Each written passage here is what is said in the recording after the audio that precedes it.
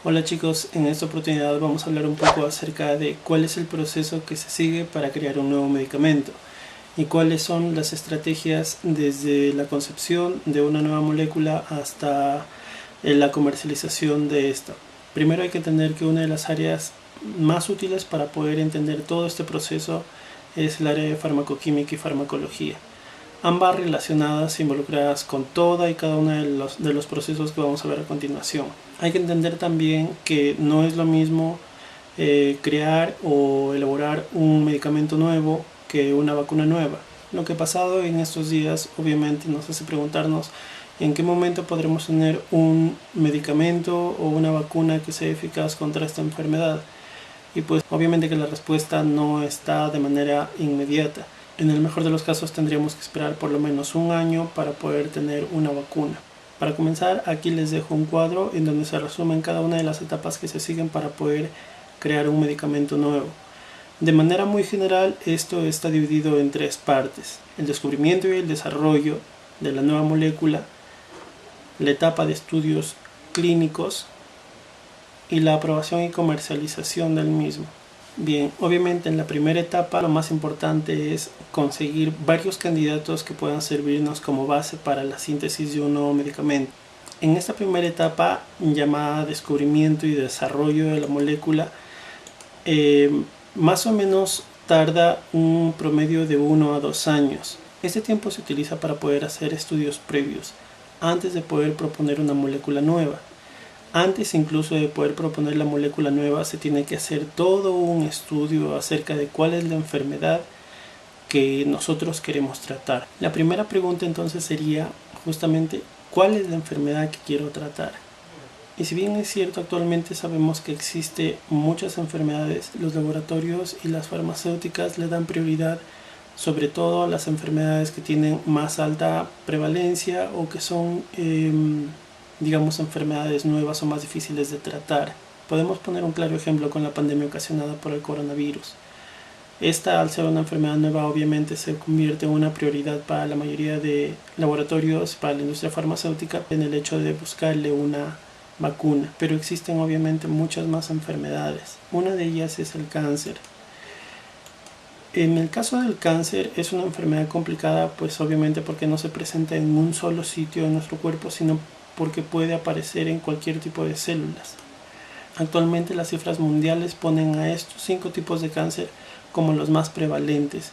Si buscamos datos acerca de estos cánceres en nuestro país, podremos darnos cuenta de que estos 5, el de mama, el de próstata, el cervicuterino, el colorectal, el de estómago, son los más prevalentes. Acá también está el cáncer de pulmón. Estas patologías, al ser las más frecuentes y al no tener en todos los casos tratamientos, se convierten en prioridad para la industria en el hecho de buscar un nuevo medicamento que sirva para tratarlos. Entonces, lo primero que hay que hacer es conocer justamente esta enfermedad. Tendríamos que estudiar todo acerca de cuáles son los datos más relevantes en torno al cáncer, pero de manera más precisa lo que se tiene que estudiar es cómo es que el cáncer aparece en las células, cómo se desarrolla, cuál es su fisiopatología y cuáles son las posibles dianas terapéuticas. Entonces obviamente el estudio se tiene que hacer a un nivel celular y en el mejor de los casos no solamente llegar hasta ese nivel, sino también adicionar un nivel molecular. El nivel molecular nos ayuda y nos permite poder encontrar posibles dianas terapéuticas y poder comprender la enfermedad desde un punto de vista mucho más preciso. Obviamente esta labor es complicada, se tienen que poner bastantes años de estudio para poder comprender este proceso al detalle. Los investigadores incluso ni siquiera solo estudian las enfermedades a este nivel molecular, sino que también llegan a un nivel químico. El nivel químico ayuda a que estos medicamentos obviamente sean mucho más precisos al momento de actuar. La siguiente etapa del descubrimiento y el desarrollo de los fármacos más o menos dura un tiempo similar, que va entre 1 y 2 años también, y que continúa con otra pregunta, la cual es, si yo ya conozco ahora cómo se desarrolla la enfermedad y cuál es la fisiopatología, entonces, ¿qué tipo de moléculas podrían ayudar a regular estos receptores o las dianas terapéuticas en cada uno de estos casos? El siguiente paso entonces es proponer moléculas que puedan tener este posible efecto. En algunos casos se pueden postular pocas moléculas, entre 100 y 1000, pero normalmente esta primera etapa del desarrollo logra incluso llegar hasta un número de 100.000 moléculas. Estas 100.000 moléculas son las que van a iniciar todo el proceso y van a ir siendo descartadas una a una dependiendo de cuál sea la etapa en la que se trabaje. Y sí, pues obviamente al ser 100.000 moléculas, en muchos de los casos puede ser un dolor de cabeza poder proponer para cada uno de ellos una síntesis y lograr que cada uno de ellos sea una buena propuesta y sea un buen candidato para medicamento. Y por si no fuera suficiente, a pesar de que este proceso parece difícil, el siguiente paso es proponer una vía sintética para cada una de las moléculas que resulten ser las más idóneas. Esto consiste en proponer también un mecanismo de reacción para poder convertir a una molécula dibujada en un papel en una molécula sintetizada en un laboratorio.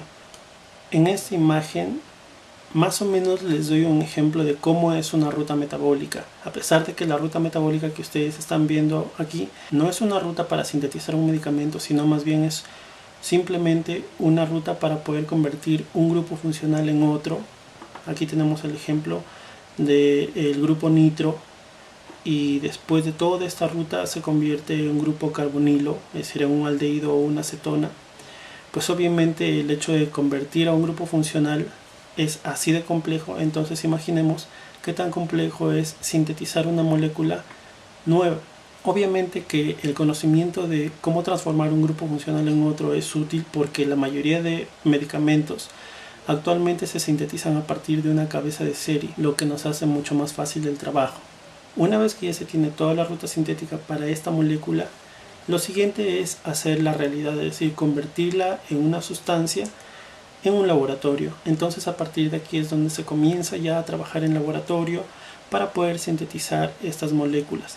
Obviamente de las 100 moléculas van a haber muchas que no tengan la estabilidad, va a haber muchas que se alteren al momento de ser sintetizadas, otras que no alcanzan a tener el porcentaje de rendimiento que deberían, y de esa manera es como se van a ir descartando hasta que al final nos queden quizás entre 200 y 500 moléculas nada más.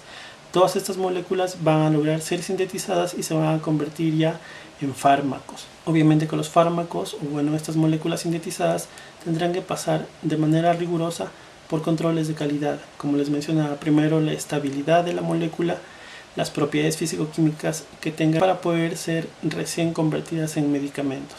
Hasta acá entonces hemos visto cómo se diseña, se sintetiza y cómo se optimizan las moléculas. Hasta aquí terminaría la primera etapa del desarrollo de los nuevos medicamentos. En la siguiente etapa, ya en lo que llamamos estudios clínicos, aquí sí es cuando ya se hace un poco más compleja la cosa y se empieza a tener un poco más de desventaja en cuestión de tiempo, ya que esta es la etapa que más demora. Esta primera de las dos etapas que tienen los estudios clínicos es la más corta y más o menos dura de 1 a 3 años. La primera etapa de los estudios clínicos involucra al nuevo medicamento ya sintetizado y lo que se busca son dos cosas. Primero, realizar un estudio para convertirlo de simplemente una molécula o un fármaco en un medicamento. Y segundo, comprobar si tiene ya el efecto terapéutico que se desea. Obviamente en esta primera etapa todavía no se hacen estudios en personas, sino que se utilizan animales de experimentación en un laboratorio. Normalmente esta primera etapa también sirve para poder determinar las dosis a las que se va a utilizar el medicamento.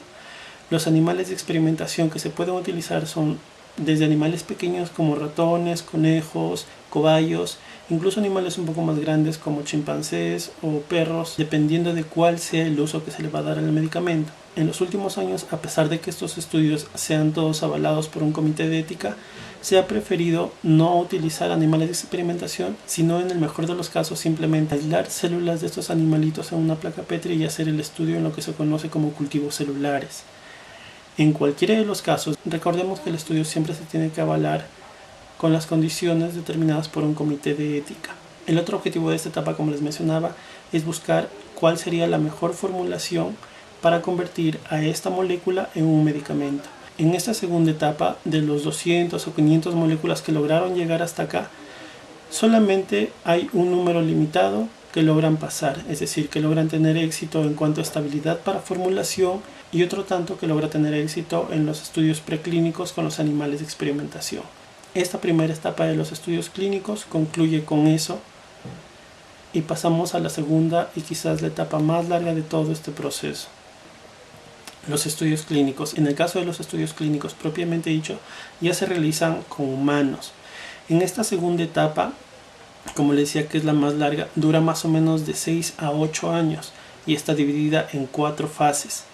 Normalmente en esta parte solo se consideran 3 de ellas, y en cada una de las etapas de manera general lo que se busca es que esta propuesta de medicamento sea eficaz y sea seguro. En la primera fase de los estudios clínicos lo que se busca es investigar la seguridad del nuevo medicamento.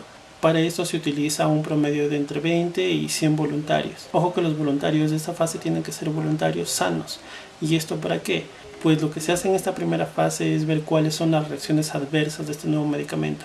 Y obviamente, si se utiliza a un paciente que tiene una patología de origen, la patología puede presentar síntomas que puedan confundirse con las reacciones adversas del medicamento. Entonces lo que se hace es buscar personas que no tengan ninguna enfermedad, que no presenten ningún síntoma, se le da el medicamento y lo que se observa es cuáles son las posibles reacciones que tenga esta persona ante el nuevo medicamento. En esta primera fase también se determina la posología y posiblemente cuál es la farmacocinética del medicamento.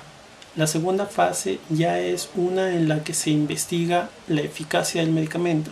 Para esta fase se utiliza un promedio de entre 100 y 1000 personas. Estas personas ya tienen que ser personas enfermas, es decir, pacientes que tengan la patología para la cual está hecho mi medicamento. Normalmente este estudio es un estudio de escala intermedia en la que se busca confirmar la seguridad del medicamento y al mismo tiempo ver los primeros indicios de si tiene o no tiene efecto en este grupo determinado de pacientes. En la fase 3 se busca confirmar tanto la seguridad como la eficacia, pero en un grupo superior, es decir, en un grupo más o menos de entre 1000, 5000, incluso hasta más pacientes con la patología a los cuales se les da el medicamento nuevo.